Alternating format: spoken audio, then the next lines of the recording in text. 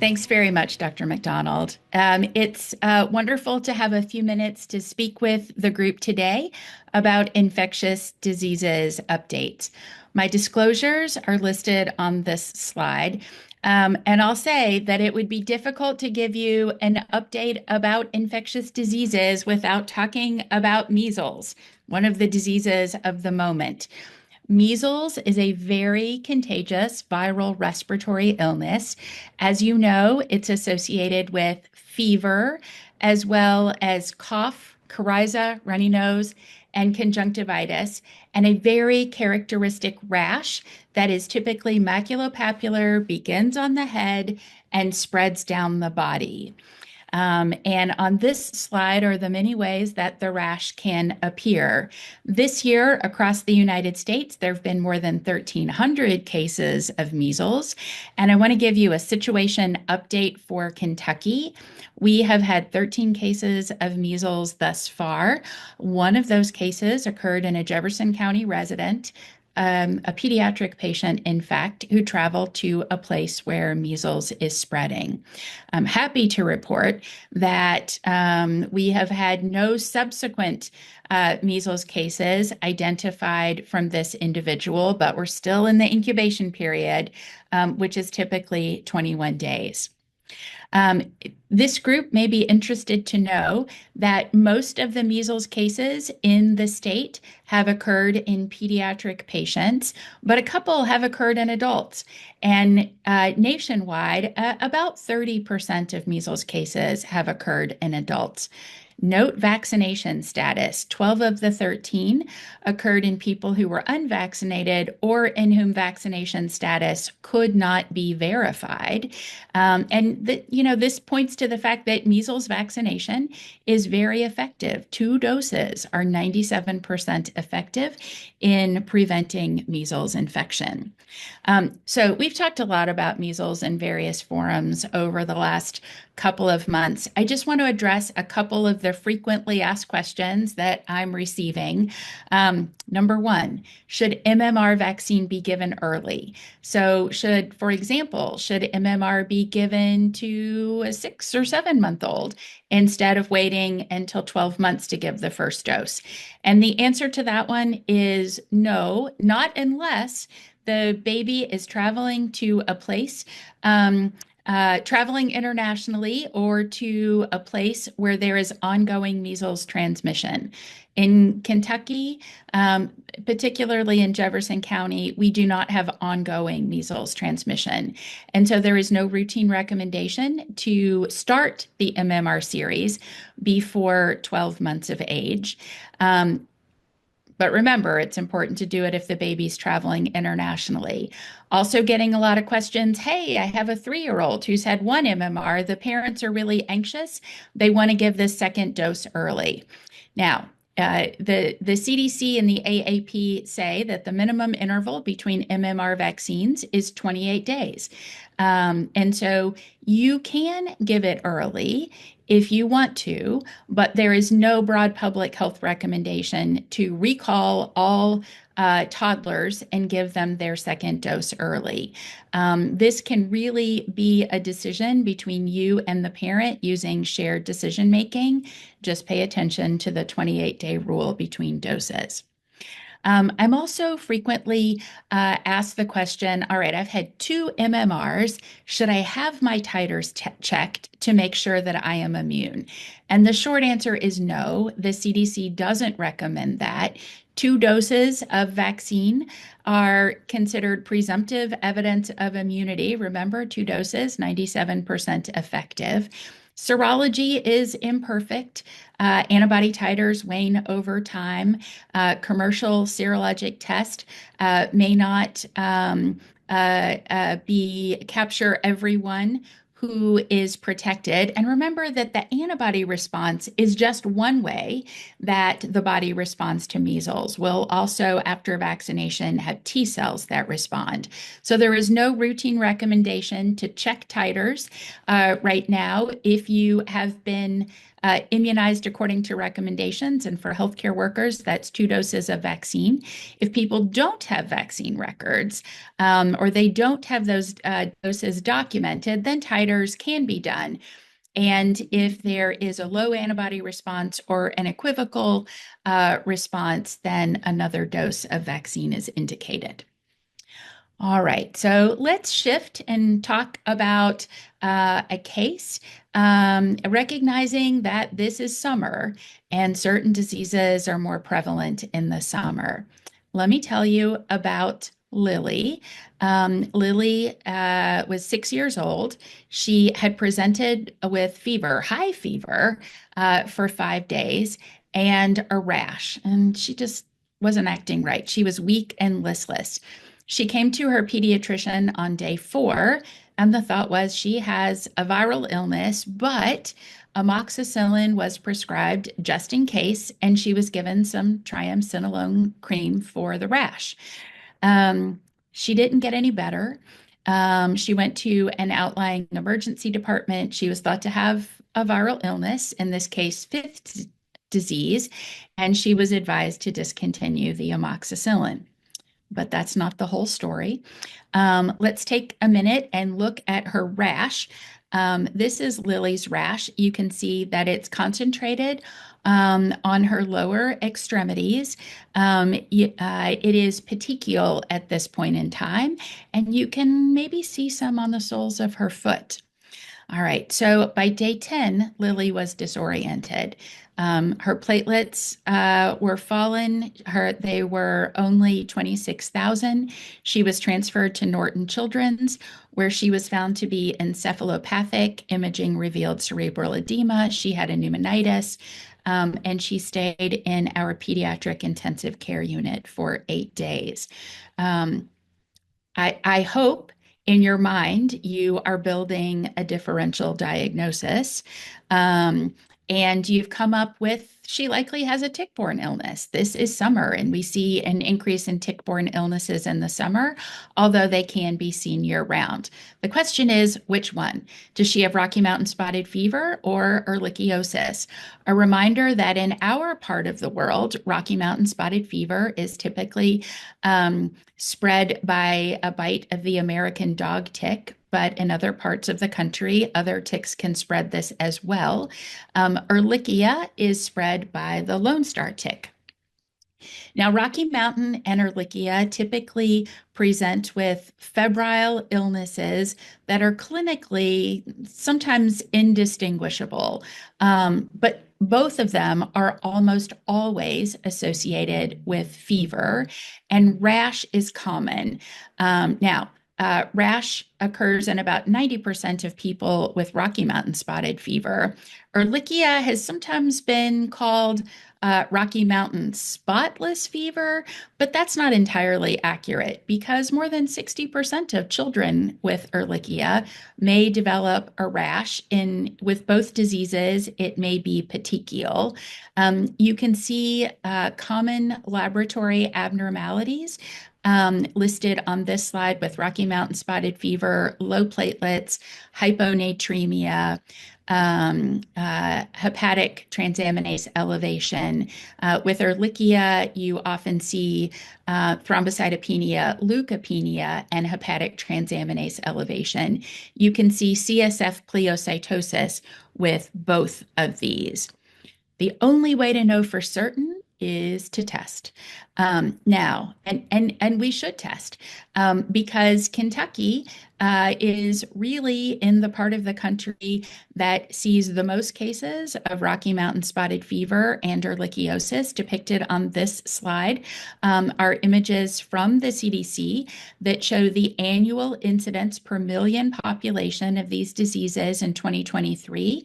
Rocky Mountain spotted fever is now reported under the category of spotted fever rickettsiosis. You may be interested to know that nationwide, 60% of the Rocky Mountain cases come from just 5 states: North Carolina, Oklahoma, Arkansas, Tennessee, and Missouri. Well, it's not Kentucky, but states all around us.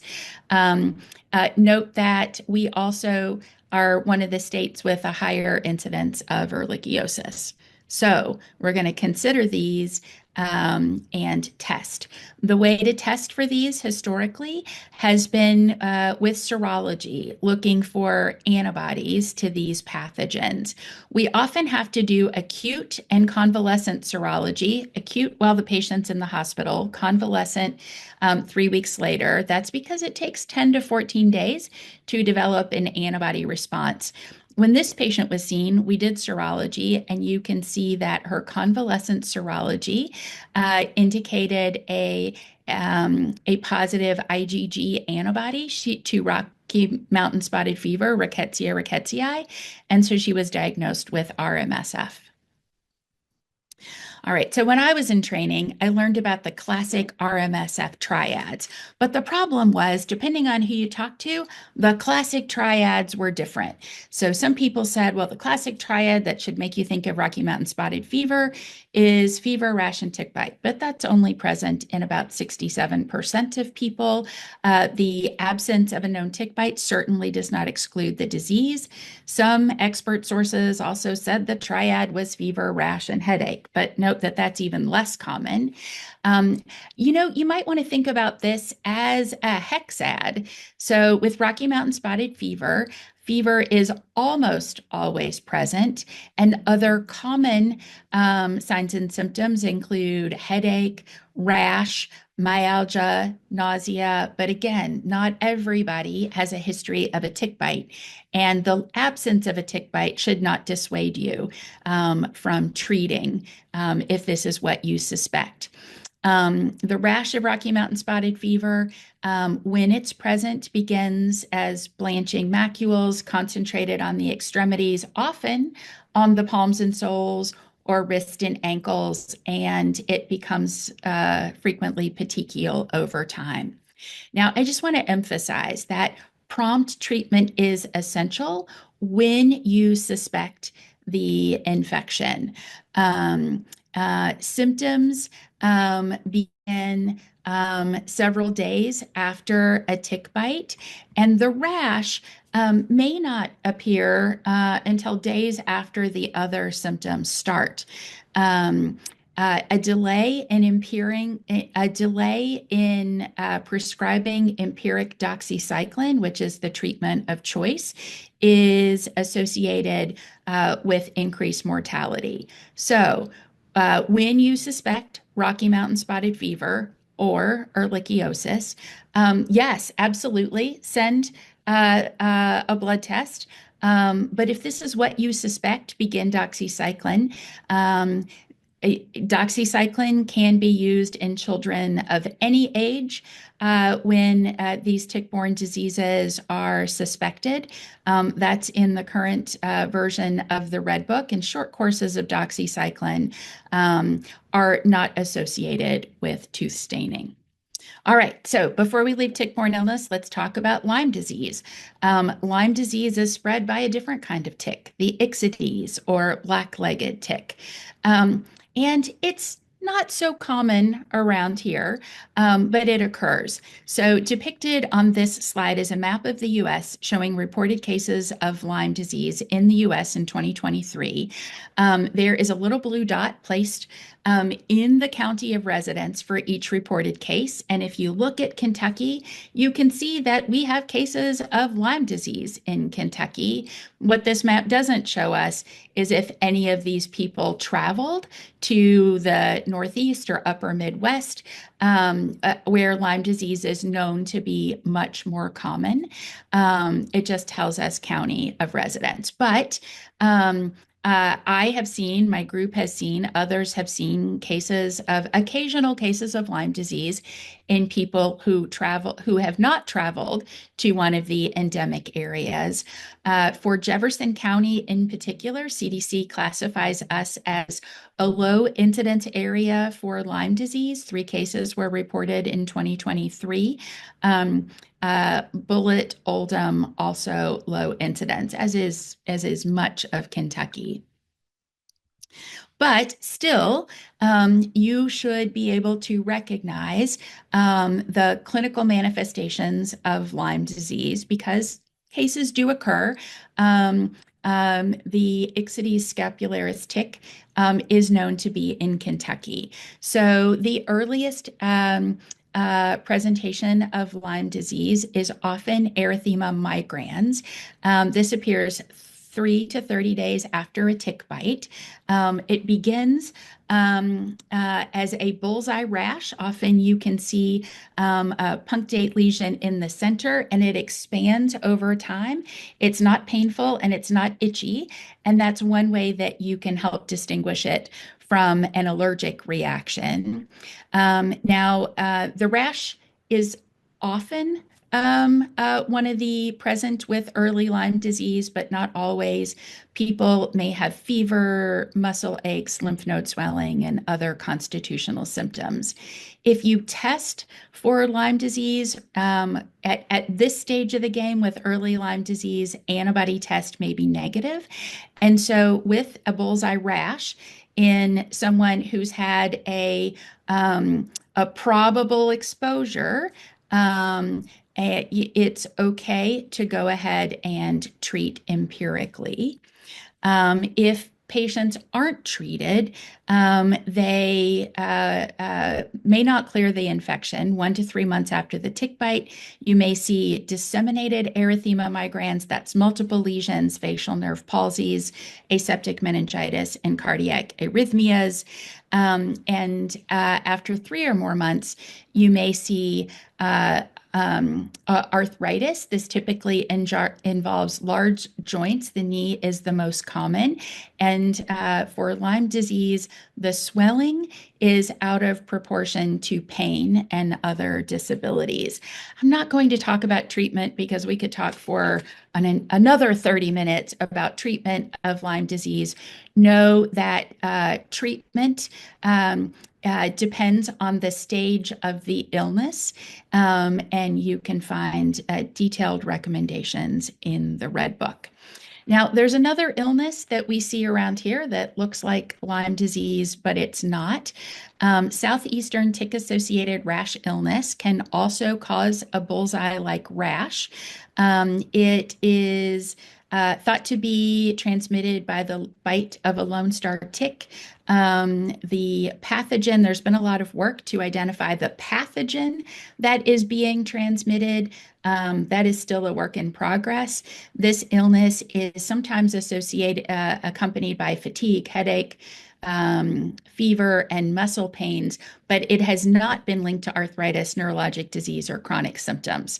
And so we don't know the optimal treatment for southeastern tick-associated rash illness. And so some clinicians will treat this the way they do early Lyme disease. One of the common questions that I receive is, should we be giving prophylaxis after a tick bite? Now, when I say prophylaxis, what I mean is somebody has a tick bite and calls and says, I want a preventative antibiotic. They're not sick. They say, I might have been exposed to a tick-borne illness. So prophylaxis is absolutely not recommended to prevent Rocky Mountain spotted fever or ehrlichiosis. It doesn't work. Prophylaxis after a tick bite has been recommended to prevent Lyme disease in certain circumstances. So you were bitten by a tick where there's a lot of Lyme disease. Right now, that's not Kentucky. Was the tick removed in the last 72 hours? Beyond that, it's not very effective. You may want to ask these other questions because you want to ask a travel history. Where was your tick bite? Was the tick engorged when you pulled it off? If the tick was flat and it hadn't been attached for very long, well, it's unlikely to transmit disease. Was it, in fact, a black-legged tick? And can the patient take doxycycline? If you answer, yes to all of those questions, you could consider prophylaxis. But remember, Kentucky, uh, particularly, let me focus on Jefferson County. We don't have enough Lyme disease right now to warrant empiric treatment of tick bites. So I don't recommend that at this point. The CDC says, well, if you have ticks where a lot of them are infected with Lyme disease, that might be an indication. And so we need to continue to build that database. You can tell your patients about the Spot a Tick and Share program from Louisville Metro Public Health and Wellness. If you or your family member or your patient have a tick, you can send it in. They will tell you what it is, and they will actually test it for diseases. Now, this information they will ultimately tell you what kind of tick it is. They will not give you back information about the diseases that it's carrying because that information doesn't come back in a timely fashion to guide clinical treatment. And again, we wouldn't treat somebody who wasn't sick. So it is important, though, for epidemiologic purposes. All right, let's shift gears again and talk about congenital CMV infection. Both of the babies on this slide have congenital CMV infection. The baby on the left, it's obvious there's something wrong, right? The baby has organomegaly. You can see the markings indicating the baby's liver and spleen are enlarged. There's a blueberry muffin rash. The baby on the right also has congenital CMV infection. And for all intents and purposes, this looks like a perfectly healthy baby. And in fact, that is the case with most babies with congenital CMV infection. Only 10 to 15% of babies with congenital CMV look symptomatic at birth. Most you can't tell by looking. So how did we find out about the baby on the right? Well, this baby was born in Kentucky, where we have Bella's law. When a baby does not pass their newborn hearing screen, they are supposed to be tested for congenital CMV infection. Congenital CMV infection is a very common cause of sensory neural hearing loss. And CMV, in fact, is the most common etiology of non-genetic sensory neural hearing loss. This strategy is not going to find all babies with congenital CMV infection because not all babies manifest hearing loss at birth. It's more common to find it in babies who are symptomatic. But what we know is that whether infected babies are symptomatic or asymptomatic, they are at risk for progression of hearing loss over time. Hearing loss may approach 50% in babies that are clearly symptomatic at birth with those other things like the rash and hepatosplenomegaly. But even babies who look perfectly fine may go on to develop hearing loss. I'm happy to report that the Early Hearing Detection and Intervention Program in the Office for Children with Special Healthcare Needs has developed a CMV toolkit to help guide clinicians in complying with Bella's law. I've depicted one of the pieces, one of the tools in the toolkit. This is a nice one pager. I'm just showing you the top half. Infants that fail their newborn hearing screen or who exhibit symptoms of congenital CMV should be tested for CMV infection. You can start with a saliva PCR that should be obtained at least an hour after breast milk feeding because, breast milk can contain CMV and there may be some false positives. All positive saliva tests must be confirmed with a urine PCR. And if that is positive, if the urine PCR is positive, then you will want to do more. And the workup is depicted on this slide. CBC to look for thrombocytopenia, liver function to look for a transaminase panel. Once you know a baby's CMV infected, you want to look for these other things that may not be clinically apparent. Head ultrasound, pediatric ophthalmology, and referral to audiology for ABR to really confirm what the hearing is. I've highlighted referral to pediatric infectious diseases because congenital CMV, in certain circumstances, is treatable. Infants who are moderately to severely affected, as defined on this slide, are given oral valganciclovir for 6 months. It needs to begin by 13 weeks following birth. This is a change in the last couple of years. Even babies who are perfectly fine and only have isolated sensory neural hearing loss with congenital CMV infection may be given ganciclovir. This is given orally for 6 weeks, and it needs to begin by 13 weeks following birth. And treatment of babies with congenital CMV and isolated sensory neural hearing loss has been associated with better hearing outcomes. Depicted on this slide are some brand new resources from the AAP. There on the left, you see a resource that can be given to parents, highlighting that congenital CMV is not rare. It occurs in 1 in 200 infants. There's also a handout for providers, and these are available at aap.org. Now, this is my last slide. As the heat index is projected to be, 105 this week? It's really hard to wrap your head around that cold and flu season is just around the corner, but it is. Summarized on this slide are a couple of images that you may have seen in AAP News, a snapshot of the last viral respiratory season. So 24-25, dark blue line, RSV hospitalizations. This suggests to me that we may have opportunities to improve administration of nirsevimab. Gray line is flu. The AAP flu recommendations will be released Monday. I encourage everybody to take a peek at those.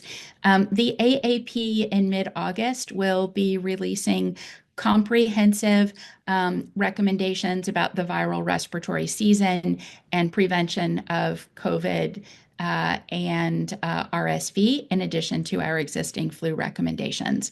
I'll stop there, and I'm happy to answer any questions. Thanks, Dr. Bryant. So question, a couple decades ago, I participated in a CMV vaccine study as a medical student. What is the status on a vaccine? Great question. I did too. I think we were probably part of that same trial. That vaccine didn't work, unfortunately. And work continues. This has been considered a priority for vaccine development. Again, right? This infection is not rare. 1 in 200 babies are infected with congenital CMV. So I don't know that we're close, but a lot of work has been continuing. Let's hope it, is able to continue. All right. And did you say breast milk can contain CMV? And if so, is breast milk tested for CMV if the baby is going to receive another mother's breast milk, donor breast milk? So that is a great question. Yes, if the mother is infected with CMV, breast milk can contain CMV. That is CMV is shed in body fluids, and I do believe so we don't with formal donor milk programs. I do believe that the milk is tested for CMV. Okay. And I feel like a lot of times when patients come into the ER or whatnot, and they've been bit by a tick, parents push for prophylactic antibiotics. And could you say anything about prophylactic doxycycline? And I see sometimes there's a single dose potentially. Yeah, so that is for Lyme disease. So a single dose of doxycycline has, if it's administered within 72 hours, can reduce the chances of developing Lyme disease. But that was the image that I showed from CDC. Where that algorithm starts is, are you bitten by a tick in a place where there's a lot of Lyme disease? And right now, there is no recommendation for prophylactic doxycycline um, um, right here in our area. And it doesn't work against Rocky Mountain and Ehrlichia. So I would work through those questions. Have you been to a place where there's a lot of Lyme disease? Um, how long was it attached? When did you take it off? And work through that algorithm. So not routine if you're bitten by a tick around here at this point in time, but send in those ticks. All right. Thanks, Chris. That's all the questions we have. Thank you.